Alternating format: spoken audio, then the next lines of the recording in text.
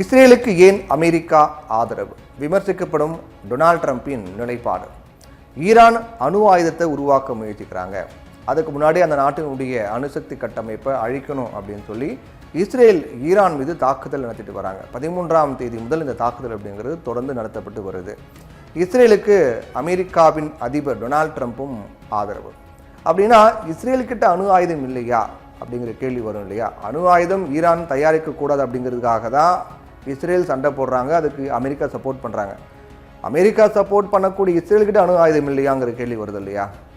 தன்னை ஒரு சர்வதேச ஒரு தலைவராக காட்டிக்கொள்ளக்கூடிய ட்ரம்ப் இது ஏன் இப்படி ஒரு நிலைப்பாடு எடுக்கிறார் அப்படிங்கிற விமர்சனமும் கடுமையாக முன்வைக்கப்பட்டு வருது.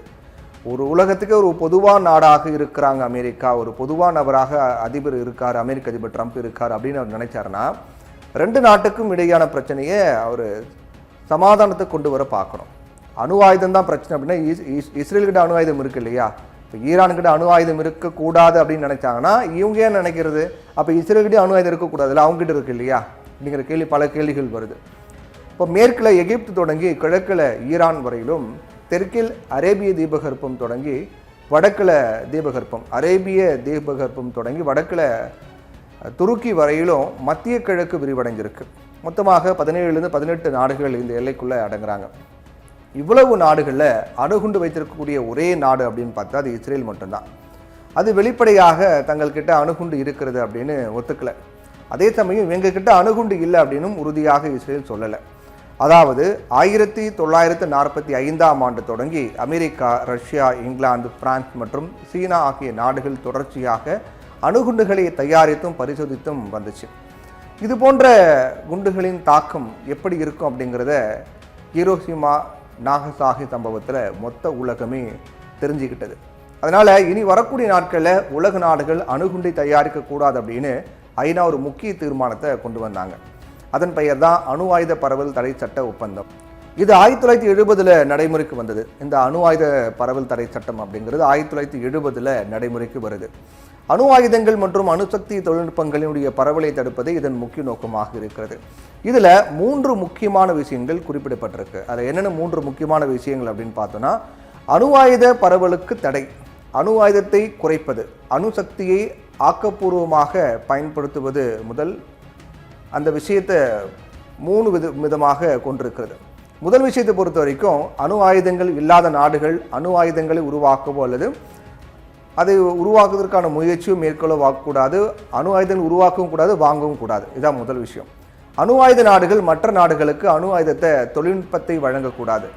2வது அம்சத்தில் அணு ஆயுதங்களை வைத்திருக்கக்கூடிய நாடுகள் தங்களுடைய அணு ஆயுதங்களை படிப்படியாக குறைத்து இறுதியில் முழுமையாக அணு ஆயுதங்களை அகற்றணும். 3வது என்னன்னு பார்த்தீங்கன்னா, எல்லா நாடுகளுக்கும் அணுசக்தியை மின்சார உற்பத்தி, மருத்துவம், விவசாயம் அப்படின்னு ஆக்கப்பூர்வமான நோக்கங்களுக்காக பயன்படுத்துவதற்கான உரிமை இருக்கு. இந்த உரிமையை பெறுவதற்கு அணு ஆயுதங்களை உருவாக்க மாட்டோம் அப்படிங்கிறத நிரூபிக்கணும். சர்வதேச அணுசக்தி முகமையின் பாதுகாப்பு வழிமுறைகளுக்கு ஒப்புக்கொண்டால் மட்டும்தான் உரிமை வழங்கப்படும்.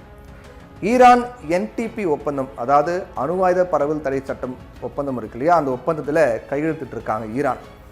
அது IAEA பாதுகாப்பு வழிமுறைகளையும் ஏற்றுக்கொண்டிருக்கிறது. நாங்கள் வைத்திருக்கக்கூடிய அணுசக்தி கட்டமைப்புகளை கொண்டு ஆக்கப்பூர்வமான நடவடிக்கைகள் தான் செய்கிறோம் அப்படின்னு சொல்லி வராங்க ஈரான். இதை IAEA அமைப்பு உறுதி பண்ணுறாங்க. ஆனால் ஈரான் அதிக அளவுக்கு யுரேனியத்தை செறிவூட்டுறாங்க. இதை வைத்து அணு ஆயுதத்தை தயாரிக்க திட்டமிட்டு வருது அப்படின்னு சொல்லி ஈரான் மீது இஸ்ரேல் தாக்குதல் நடத்தியிருக்காங்க. இந்த தாக்குதல் காரணமாக தற்போது ஈரானும் பதில் தாக்குதலை நடத்தியிருக்காங்க. இது மத்திய கிழக்கில் பதற்றத்தை உருவாக்கியிருக்கு.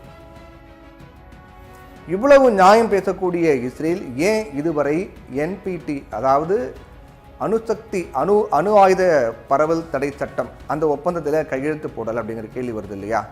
அப்படின்னா அந்த நாடு அணு ஆயுதங்களை வைத்திருக்காங்க அப்படின்னு தானே அர்த்தம்.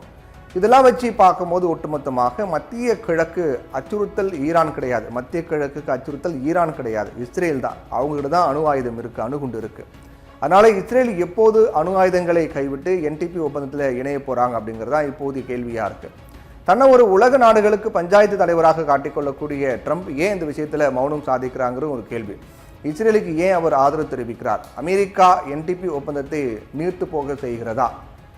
அப்படிங்கிற மாதிரி பல கேள்விகள்லாம் எழுகிறது. இதன் அடிப்படையில் வைத்து பார்க்கும்போது இஸ்ரேலுக்கு ஒரு நியாயம், ஈரானுக்கு ஒரு நியாயமா, அமெரிக்காவின் நிலைப்பாடு ஏன் இப்படி இருக்குங்கிற பல விமர்சனங்கள் அமெரிக்கா மீது முன்வைக்கப்பட்டு வருது.